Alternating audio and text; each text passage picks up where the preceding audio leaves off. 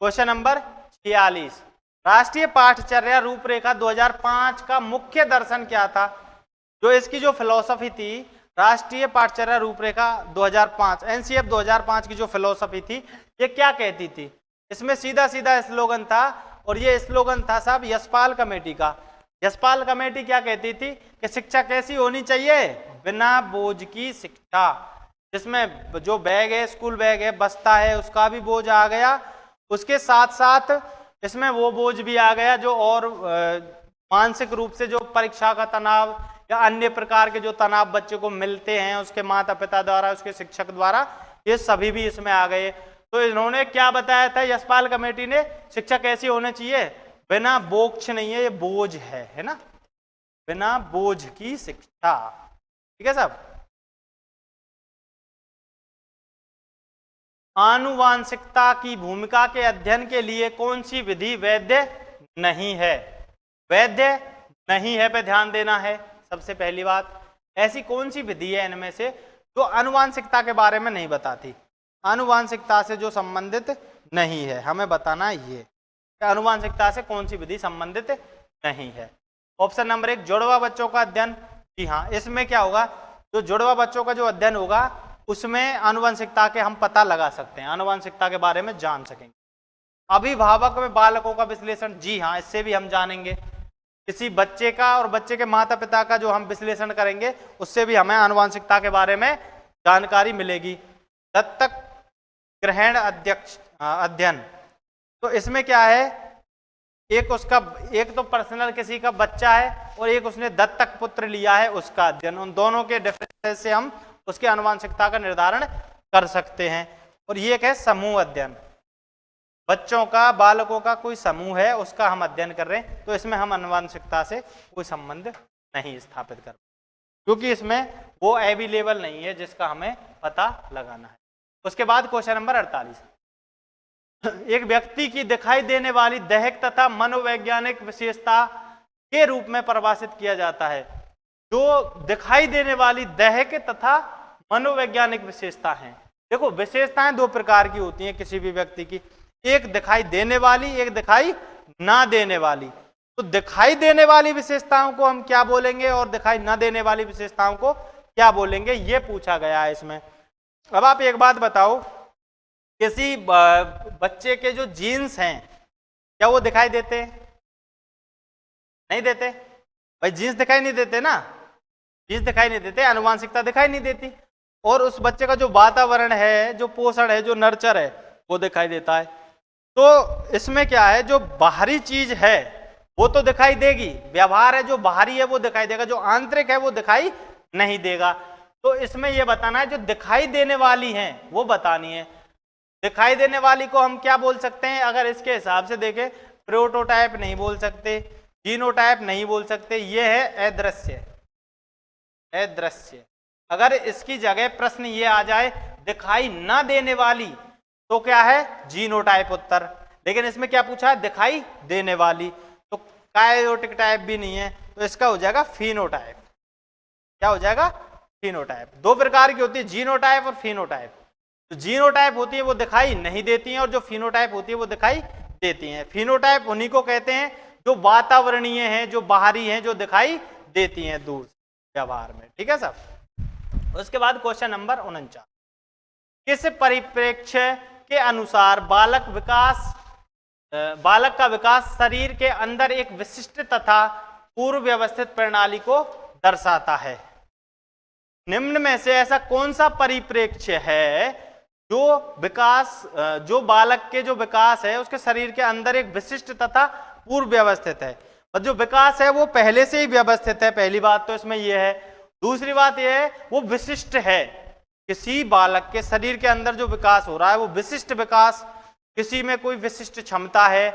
और दूसरी बात वो पूर्व व्यवस्थित है, वो पहले से ही व्यवस्थित है, उसमें वातावरण में रहकर कोई चेंज नहीं कर सकते, अगर हम चाहें तो भी उसमें चेंज नहीं कर सकते। कोई ऐसी विशिष्ट क्षमताएं या योग्यताएं हैं बालक की, तो इनको हम कौन से परिप्रेक्ष्य के रूप में देखेंगे? पहला है वातावरणीय। जो वातावरणीय है उनको हम चेंज कर सकते हैं, वातावरण को हम बदल सकते हैं, लेकिन जो वो है जेनेटिक्स, उनको हम नहीं बदल सकते। सामाजिक को हम बदल सकते हैं और समाज से विस्थापित कर सकते हैं, मनोवैज्ञानिक को भी हम बदल सकते हैं, लेकिन जैविक को नहीं बदल सकते। इसमें आनुवांशिकता आ गई, आनुवांशिकता। किसी की आनुवांशिकता को, जीन्स को बदल सकते हैं क्या? नहीं। उसके बाद क्वेश्चन नंबर 50, निम्न मनोवैज्ञानिकों में से कौन बाल विकास के सिद्धांतों से संबंधित नहीं है? ये जो यहाँ पे मनोवैज्ञानिकों के नाम लिखे हुए हैं, इनमें से हमें ये बताना है कि कौन सा मनोवैज्ञानिक बाल विकास के सिद्धांतों से संबंधित नहीं है। चाइल्ड डेवलपमेंट थ्योरीज में किसका योगदान नहीं है? जीन पियाजे। जीन पियाजे ने बाल विकास में संज्ञानात्मक विकास, संज्ञानात्मक विकास और नैतिक प्लस नैतिक विकास, दो सिद्धांत दिए थे, है ना? दो प्रकार के दो सिद्धांत दिए थे, संज्ञानात्मक विकास और नैतिक विकास। अब्राहम मैस्लो ने बाल विकास का सिद्धांत नहीं दिया, इन्होंने क्या दी थी? आवश्यकता सिद्धांत, आवश्यकता सिद्धांत, वो भी उसमें दिया था। अब्राहम मैस्लो को जो आवश्यकता सिद्धांत है वो अभिप्रेरणा के अंतर्गत हम जानते हैं उसको। किसके अंतर्गत जानते हैं? अभिप्रेरणा के। उसके बाद अल्बर्ट बंडूरा का सामाजिक विकास का सिद्धांत, सामाजिक विकास का सिद्धांत, समाज में रह के समाज से बालक कैसे क्या सीखता है। उसके बाद लेव वाइगोत्स्की का सामाजिक सांस्कृतिक, सामाजिक सांस्कृतिक, सांस्कृतिक विकास का सिद्धांत। सामाजिक सांस्कृतिक विकास का सिद्धांत किसने दिया? लेव वाइगोत्स्की ने। तो इसने और इसने, जीन पियाजे, अल्बर्ट बंडूरा और लेव वाइगोत्स्की, इन तीनों ने विकास के सिद्धांत दिए जो आपके सामने हैं। अब्राहम मैस्लो ने आवश्यकता की थ्योरी दी थी, आवश्यकता का सिद्धांत दिया था जो अभिप्रेरणा में उपयोगी है। किसमें? अभिप्रेरणा में। ये डेवलपमेंट में उपयोगी नहीं है। ठीक है साहब, तो इसका उत्तर हो गया अब्राहम मैस्लो। उसके बाद क्वेश्चन नंबर 51, स्वभाव में व्यक्तिगत भिन्नताएं आधारभूत रूप से होती हैं। किसी व्यक्ति के स्वभाव में जो व्यक्तिगत भिन्नताएं हैं वो आधार रूप से होती हैं। आधार रूप से मीन्स, आधारभूत रूप से मीन्स जो बेस है, किसी व्यक्ति में जो बेस है वो कैसे प्रभावित होता है, किस चीज से होता है, उसको हम वातावरण से प्रभावित करते हैं या जीन्स से या आनुवांशिकता से करते हैं। तो इसका उत्तर होगा जन्मजात या आनुवांशिक। ये कैसे होगा? आनुवांशिक। कैसे होगा ये आनुवांशिक? क्योंकि ये है आधारभूत। अगर ये आधारभूत नहीं होता, स्वभाव में व्यक्तिगत भिन्नताएं किस चीज से होती हैं, अगर केवल ये होता, आधारभूत शब्द नहीं होता, तो ये अधिगमित भी होती हैं, अधिग्रहित भी होती है और सांस्कृतिक भी होती हैं जो व्यक्तिगत भिन्नताएं। लेकिन आधारभूत हैं जो केवल, वो जन्मजात या आनुवांशिक हो। ठीक है, क्लियर रखना। थोड़ा डिफरेंस है, गलत और सही होने में प्रश्न में बहुत कम डिफरेंस आता है। किसने व्यक्तित्व के किसी भी सिद्धांत को प्रतिपादित नहीं किया है? किसके सिद्धांत को? व्यक्तित्व के सिद्धांत को। फ्रायड साहब ने किया था मनोविश्लेषणवाद नाम करके, आलपुट साहब ने भी किया है। ये तो महत्वपूर्ण है, महत्वपूर्ण है। अब आप एक बात बताओ, अपन ने जब व्यक्तित्व पढ़ा था तो कौन कौन से मनोवैज्ञानिकों के नाम पढ़े थे, कौन कौन से के नहीं पढ़े थे? व्यक्तित्व में कैटल की 16 पीएफ पढ़ी थी, 16 पीएफ पढ़ी थी ना कैटल साहब की। सिगमंड फ्रायड साहब का पढ़ा था व्यक्तित्व में, जो मन के बारे में थी, जो 3 अवस्थाएं, मनोविश्लेषणवाद सिद्धांत करके था जो, वो पढ़ा था ना। व्यक्तित्व में इनकी भी थी, इनकी भी थी, इनकी भी थी। किसकी नहीं थी? बीएफ स्किनर साहब। ये कहाँ थे? अधिगम, अधिगम के सिद्धांत में। अधिगम के सिद्धांत में कौन सा है? स्किनर साहब है। ठीक है साहब। उसके बाद अगला, हेनरी ए, पूरे नहीं है, मुर्रे है, मिसप्रिंट बहुत है ना। हेनरी ए मुर्रे एवं क्रिस्टियाना डी मॉर्गन। अब इसका नाम हम ऐसे पढ़ते हैं, मॉर्गन मॉर्गन व मुर्रे, मॉर्गन व मुर्रे, ये ऐसे पढ़ते हैं ना। मॉर्गन व मुर्रे द्वारा कौन सा निर्मित किया गया, कौन सा जो परीक्षण है, ये देखो ये क्षण लिख रहा है परीक्षण, कौन सा परीक्षण निर्मित किया गया, मॉर्गन व मुर्रे द्वारा कौन सा परीक्षण इनमें से वो निर्मित किया गया। देखो ये व्यक्तित्व का क्वेश्चन फिर से आ गया, और व्यक्तित्व में आपने कहा था कि नहीं सर हमें तो वो पढ़ना है कि ये परीक्षण में क्या होता है, वो परीक्षण में क्या होता है। मैंने क्या कहा था, आपको केवल ये पता होना चाहिए व्यक्तित्व के कितने प्रकार के परीक्षण होते हैं, प्रक्षेपी और अप्रक्षेपी वो तरीके बताए थे। उसके बाद ये पता होना चाहिए कौन सा परीक्षण किसने दिया। अगर आपको ये 2-3 चीजें पता है तो कोई टेंशन वाली बात नहीं है। आप कहते हो इसमें क्या है, इसमें क्या है, उसमें डीपली जाने से कोई फायदा नहीं है, आपको केवल ये पता होना चाहिए। मॉर्गन व मुर्रे ने कौन सा दिया था, टीएटी, अपन ने खूब अच्छे से पढ़ा था। टीएटी किसने दिया, मॉर्गन व मुर्रे, कथानक संप्रत्यण परीक्षण, ठीक है साहब। उसके बाद क्वेश्चन नंबर 54, एक बालक कौन सा कारक, एक बालक से कौन सा कारक संबंधित नहीं है, एक बालक से कौन सा कारक संबंधित नहीं है इसमें, एक बालक से कौन सा, निद्रा संबंधित है साहब, स्वास्थ्य संबंधित है साहब, पोषक संबंधित है, अधिवास कोई संबंधित नहीं, ठीक है। अधिवास कैसे संबंधित नहीं है, वो कहाँ रहता है, जो डोमिसियल है वो संबंधित नहीं है। सबसे ज्यादा संबंधित ये है, संबंधित तो वो भी है लेकिन सबसे ज्यादा निद्रा सीधा इफेक्ट बच्चे से करती है, स्वास्थ्य उसका है, पोषण जो खा रहा है, खाना पीना रहना नींद लेना, ये सभी के सभी सीधा उसको प्रभावित कर रहे हैं इंडिविजुअल को। अधिवास इतना नहीं कर रहा, ठीक है, तो उत्तर हो गया अधिवास। क्वेश्चन नंबर अगला, विकास का कौन सा आयाम नोम चोम्स्की के सिद्धांतों से प्रभावित हुआ है। डेवलपमेंट का जो आयाम है, विकास का जो क्षेत्र है, वो कौन सा है जो नोम चोम्स्की के विचारों से सीधा प्रभावित है। नोम चोम्स्की के विचारों से सीधा प्रभावित है भाषा विकास, लिंग्विस्टिक डेवलपमेंट। नैतिक विकास नहीं है, संवेगात्मक नहीं है, संज्ञानात्मक नहीं है, कौन सा है, भाषा विकास, क्योंकि नोम चोम्स्की साहब ने भाषा विकास यंत्र भी दिया था। क्या दिया था, भाषा विकास यंत्र, ठीक है साहब। उसके बाद अगला क्वेश्चन नंबर 56, बहुआयामी बुद्धिमताओं के गार्डनर के सिद्धांत में कौन सी बुद्धिमता सम्मिलित नहीं की गई है।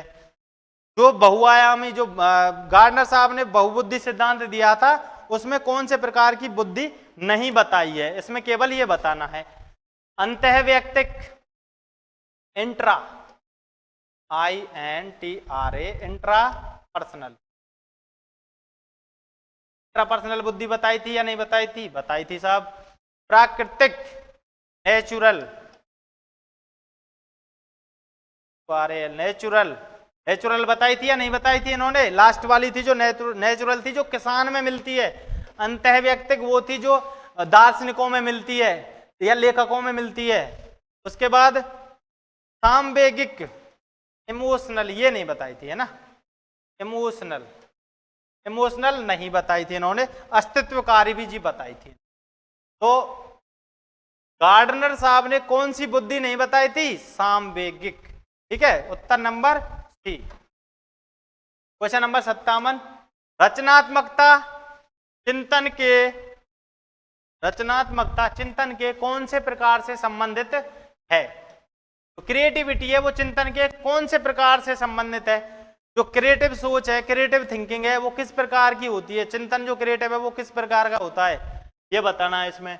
अत्याधिक चिंतन जी नहीं, अत्याधिक तो सब चीज बुरी है, मैंने पहले ही बता दिया। अति हर चीज की क्या है, बुरी, क्या अच्छी नहीं है ना। अधि चिंतन, किसी बात के केवल अधि होके सोचना, ये भी गलत है। उसके बाद विमर्शी चिंतन, ये ठीक हो सकता है, लेकिन अपसारी दिया हुआ है डाइवर्जेंट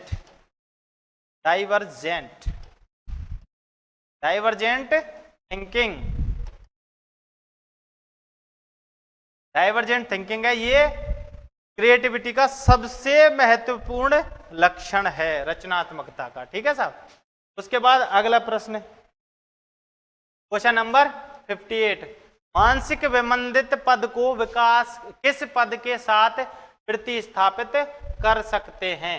मतलब ऐसा कौन सा शब्द है जिसको हम मानसिक विमंदित, मेंटली रिटार्डेड, मेंटली रिटार्डेड, कौन से को हम मेंटली रिटार्डेड बोल सकते हैं इनमें से?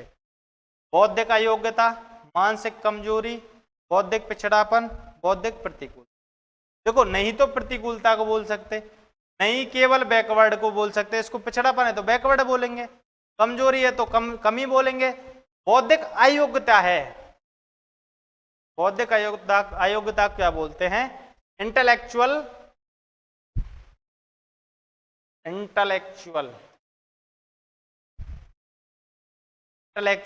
अयोग्यता को हम क्या बोलते हैं? डिसेबिलिटी,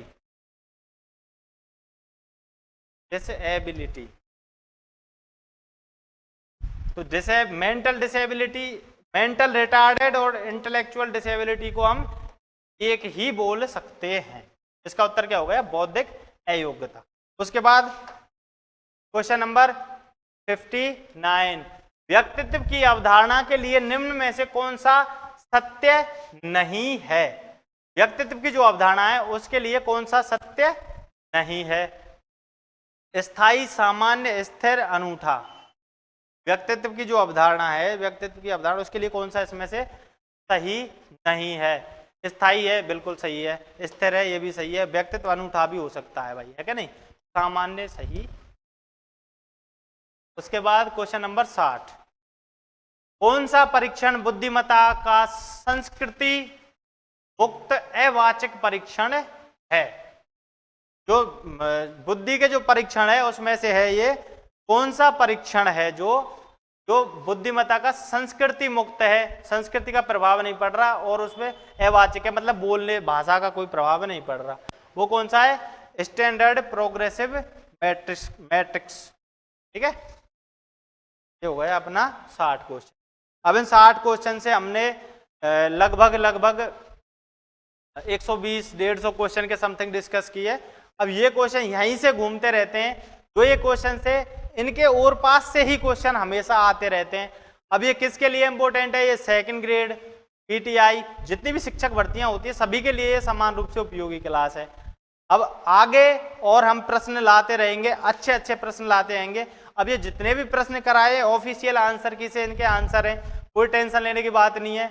और दूसरी बात, ऑफिशियल जो पेपर हुए हैं उन्हीं के ये पेपर हैं। ठीक है सब, और बहुत बढ़िया, धन्यवाद आप जुड़े उनके लिए, सभी के लिए थैंक यू।